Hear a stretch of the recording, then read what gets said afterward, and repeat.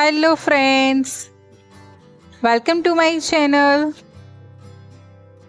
દૂધ પાક શ્રાદ્ધ ચાલુ થાય એટલે આપણે બનાવતા હોઈએ છીએ, પણ દૂધ પાક પતલો રહી જાય છે અને ટેસ્ટમાં દૂધ પીતા હોય એવું લાગે છે. દૂધ પાક બરાબર નથી બનતો. તો ફ્રેન્ડ્સ, આજે હું તમને ઓછી મહેનતમાં પરફેક્ટ ક્રીમી એવો દૂધપાકની રેસીપી તમારા સાથે શેર કરવાની છું કે તમે એક વખત આ રીતે દૂધપાક બનાવી લીધો તો એવરી ટાઈમ તમે આ રીતે દૂધપાક બનાવશો. જો તમને મારી આ દૂધપાકની રેસીપી ગમે તો ને લાઈક કરી શેર કરી દેજો, ચેનલ સબસ્ક્રાઈબ કરી દેજો. Happy cooking, enjoy cooking. તો ચલો આપણે રેસીપીની શરૂઆત કરીએ. એના માટે ફ્રેન્ડ્સ આપણે 3 ચમચી જેટલા ચોખા લેવાના છે. કોઈ બી ચોખા લઈ શકો છો તમે, નોર્મલ રાઈસ ચોખા યા બાસમતી લઈ શકો છો. હવે એને 3 પાણીથી વોશ કરી લેવાના છે. 3 વખત વોશ થઈ જાય ત્યારબાદ એને આ રીતે અડધા ગ્લાસ જેટલું પાણી એડ કરીને 15 મિનિટ રેસ્ટ આપી દેવાનો છે. હવે અત્યારે મેં 1 લીટર દૂધ લીધું છે. મેં અત્યારે નોર્મલ આપણે જે ગોળનું દૂધ મળે છે એ જ લીધું છે. તમે બફેલો બી લઈ શકો છો. હવે આપણે એમાં જે સોક કરેલા રાઈસ હતા એ એડ કરી દેવાના છે અને જાયફળને આ રીતે ગ્રેટ કરી લેવાનું છે અત્યારે જ, કે જેથી આપણો દૂધપાક ઉકળે એટલે જાયફળનો ટેસ્ટ પ્રોપર આવે. હવે બધી વસ્તુને સરસ મિક્સ કરી લઈશું.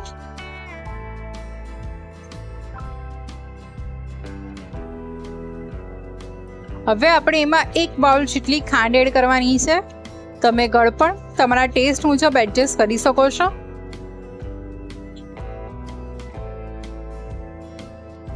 હવે એને મીડિયમ ટુ હાઈ ફ્લેમ પર આપણે દૂધપાકને સરસ રીતે ઉકાળવાનો છે.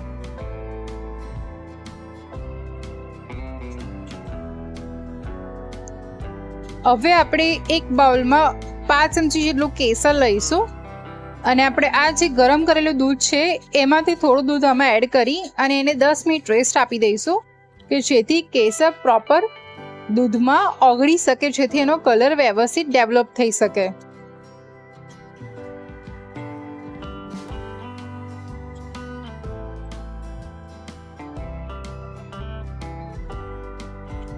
ફ્રેન્ડ્સ, જેમ જેમ આપણું આ દૂધપાક ઉકળશે એમ ઉપર એની મલાઈ વળતી જશે, એટલે આપણે કન્ટિન્યુ સ્ટર કરતી વખતે મલાઈ એમાં મિક્સ કરી દેવાની છે. હવે 1 ચમચી જેટલી ચારોળી એડ કરીશું.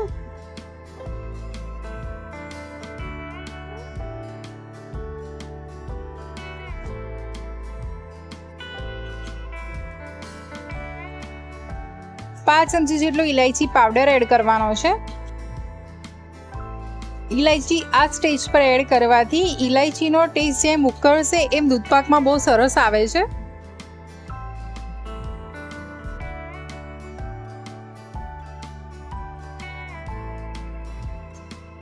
ફ્રેન્ડ્સ, આપણે જોઈ શકીએ છીએ કે દૂધ સરસ એવું ઉકળી રહ્યું છે. આ સ્ટેજ પર આપણે કેસરવાળું દૂધ એડ કરી દેવાનું છે.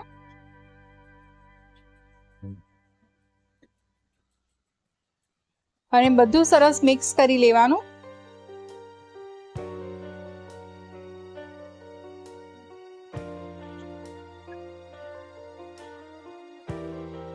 હવે આ દૂધને આપણે 7 થી 8 મિનિટ સુધી આ જ પ્રોસેસથી ઉકાળવાનું છે. હવે થોડી બદામની કતરણ એડ કરી દેવાની છે. તમને દૂધપાકમાં કાજુ બી ગમતા હોય તો તમે કાજુ બી એડ કરી શકો છો.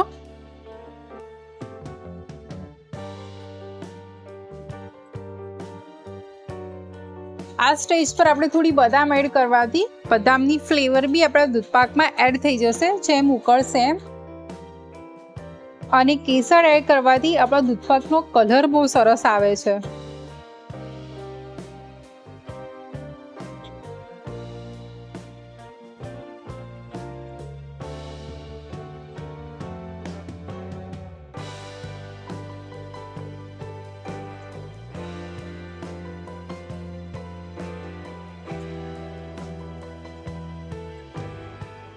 હવે ફ્રેન્ડ્સ, આપણે એમાં જે ચોખા એડ કરેલા છે એ પ્રોપર કૂક થયા છે ને કે ચેક કરવા માટે આપણે થોડા એમાંથી જે ભાત થયો છે એને એક ચમચીમાં લઈ લઈએ અને ઠંડો થાય બાદ આ રીતે ચેક કરી લઈએ તો આપણો જે અંદર જે ભાત છે એ બરાબર ચડી ગયો છે.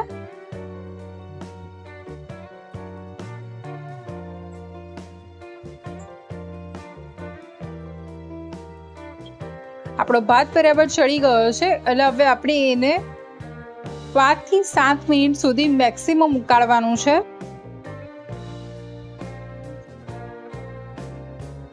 ફ્રેન્ડ્સ, આપણે જોઈ શકીએ છીએ કે મારો દૂધ પાક મને આટલો થીક કરતા 12 મિનિટ લાગી છે અને 12 મિનિટમાં મારો દૂધ પાક સરસ એવો થીક થઈ ગયો છે.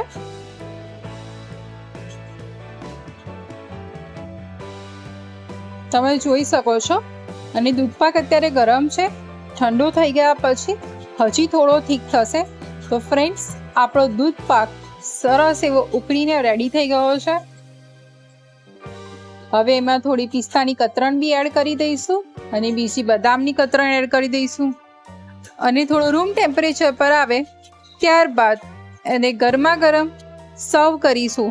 તો આપણી ઓછી મહેનતે ક્રીમી એવો દૂધ પાક રેડી થઈ ગયો છે. તમારા ઘરે બી આ પ્રોસેસથી દૂધ પાક બનાવજો અને કેવો બન્યો કોમેન્ટમાં કહેજો. આવી બીજી રેસીપી સાથે ફરી મળીશ. આવજો. જય શ્રી કૃષ્ણ.